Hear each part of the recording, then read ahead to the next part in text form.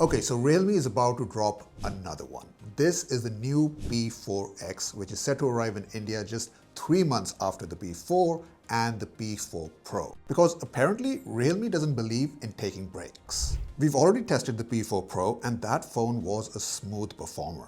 The P4x is basically Realme trying to bring the same energy to a more affordable price. So yeah, it's not as powerful as the P4 Pro, but it still packs enough muscle for gamers or anyone who wants to push their phone hard. Naturally, we ran it through all the usual tests, benchmarks, gaming, and real-world use, just to see what this thing is really capable of. So let's jump in, and a quick reminder, do hit that subscribe button so we can keep bringing you early hands-on videos like this.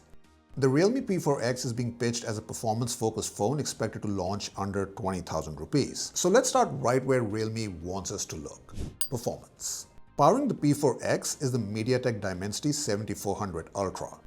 But Realme has gone with UFS 3.1 storage speeds in a segment where UFS 2.2 is more common. Our review unit has 8GB RAM and 256GB storage, while the base model comes with 6GB RAM and 128GB storage. We also get the option to expand the storage using a micro SD card. In synthetic benchmarks, the P4x puts up solid numbers. It scores very respectably on both Antutu and Geekbench. But as always, real-world performance matters more, and that's where the P4x is quite confident. Day-to-day usage is fast and fluid. Multitasking, switching apps, and even just navigating the UI, the phone remains responsive with zero noticeable dips.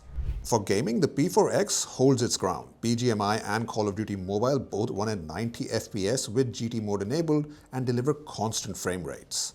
Realme also claims that this is the only phone in the segment that actually uses a VC cooling. Not entirely sure about that, but after 30 minutes of gaming, the phone stays warm but never uncomfortably hot.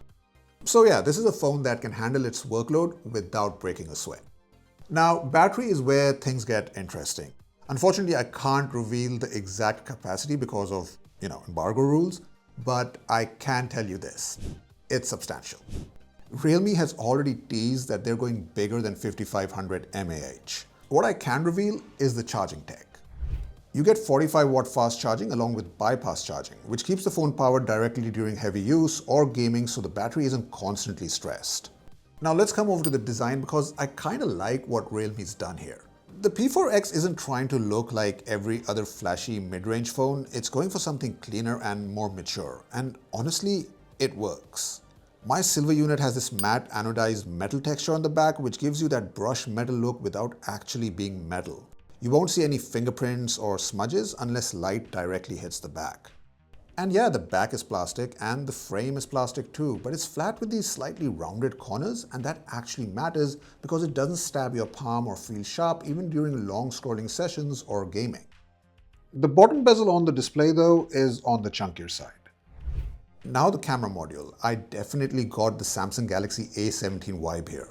Two lenses stacked vertically sitting inside an elongated pill-shaped island that blends into the back instead of jutting out. From a distance, the P4x looks way pricier than it probably is. It's not pretending to be a luxury flagship, it's just confidently designed and practical. The phone does feel a bit hefty in the hand, but not in a bad way. It doesn't feel like a lightweight dummy unit, and honestly, I like that.